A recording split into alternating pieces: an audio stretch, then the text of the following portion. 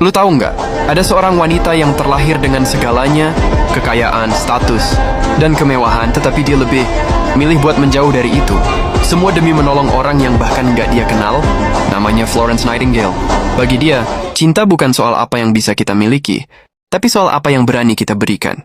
Florence lahir tahun 1820 dari keluarga Inggris yang sangat kaya. Nama Florence sendiri diambil dari kota tempat dia lahir di Italia. Sejak kecil dia mendapat pendidikan elit, matematika, bahasa, sejarah, dan filsafat. Dan ini penting, karena kebanyakan perempuan di kelas, sosialnya hanya diajarkan jadi istri dan ibu rumah tangga. Sejak remaja, Florence merasa hidupnya harus punya tujuan besar. Dia merasa terpanggil untuk bekerja di bidang perawatan kesehatan. Bagi keluarganya, ini mengejutkan. Profesi perawat saat itu dianggap pekerjaan kasar, tidak terhormat, dan dekat dengan lingkungan kotor. Keluarganya mencoba melarang, tapi Florence tetap belajar diam-diam. Dia akhirnya mendapat pelatihan di Jerman, salah satu tempat langka yang mulai mengajarkan perawatan pasien secara sistematis. Di sini dia belajar bahwa merawat orang bukan cuma soal empati, tapi soal metode, kebersihan, dan organisasi. Titik perubahan besar datang saat pertempuran. Inggris mengirim Florence bersama tim perawat ke rumah sakit militer di Turki. Kondisinya tidak terlalu baik. Banyak tentara karena penyakit menular yang menyebar di rumah sakit, bukan karena luka perang. Florence melihat ini bukan masalah individu, tapi masalah sistem. Dia langsung bertindak. Dia membersihkan bangsal rumah sakit, mengatur aliran udara supaya tidak lembab dan pengap, mengatur distribusi makanan pasien, mengatur pencatatan kondisi pasien secara detail, memastikan suplai air bersih tersedia.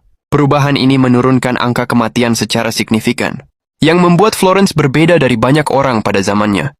Dia mencatat semuanya dalam data statistik. Dia membuat grafik dan laporan untuk menunjukkan bahwa kebersihan dan manajemen yang baik bisa menyelamatkan banyak orang. Ini revolusioner.